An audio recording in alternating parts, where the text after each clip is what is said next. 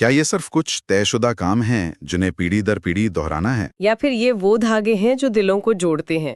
चलिए इस उलझे हुए धागे को आज सुलझाते हैं। जरूर। तो पहली कविता पर आते हैं। उसकी शुरुआती बिल्कुल सीधे मुद्दे पर आती है। कोई लाग लपेट नहीं। जी।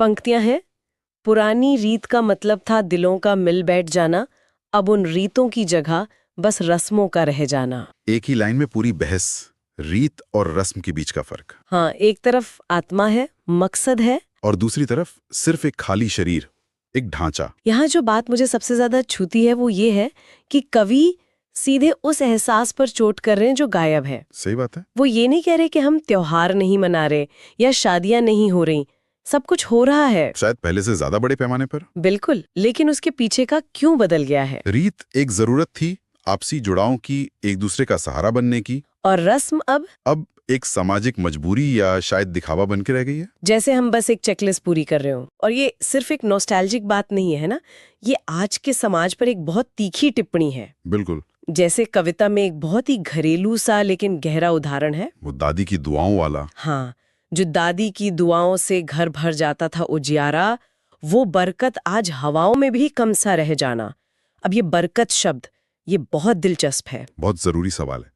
बरकत का मतलब सिर्फ चीजों का बढ़ना नहीं होता। नहीं, उसका असली मतलब है थोड़े में भी बहुत कुछ महसूस होना, एक संतोष का भाव। सही कहा। कविता यही कह रही है कि वो अनदेखी सकारात्मक ऊर्जा, वो विश्वास, वो कम हो गया है।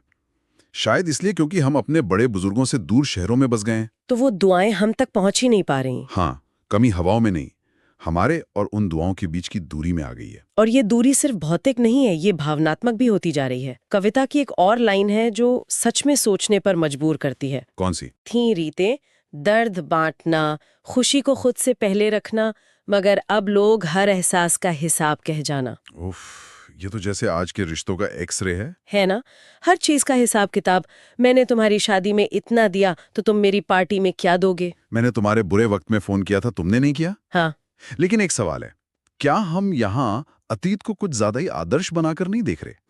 मतलब क्या पुराने जमाने में रिश्तों में लेन देन का भाव बिल्कुल नहीं था? एक सामाजिक जिम्मेदारी का बोझ तो तब भी होता ही होगा ना? ये बहुत अच्छा सवाल है। शायद हम थोड़ा रोमांटिक जरूर कर रहे हैं, लेकिन मुझे लगता है फर्क पैमाने का है। पैमाने का? कैसे? पहले वो एक अलिखित सामाजिक समझौता था, एक समुदाय को चलाने का तरीका। अब वो बहुत व्यक्तिगत और मुखर हो गया है। अच्छा, हाँ। अब वो हिसाब किताब डायरी में या दिमाग में बहुत साफ साफ लिखा जाता है। बिल्कुल। कविता में जो जमाना बदल गया शायद कहा गया है, वो इसी बदलाव की ओर इशारा है। हमारे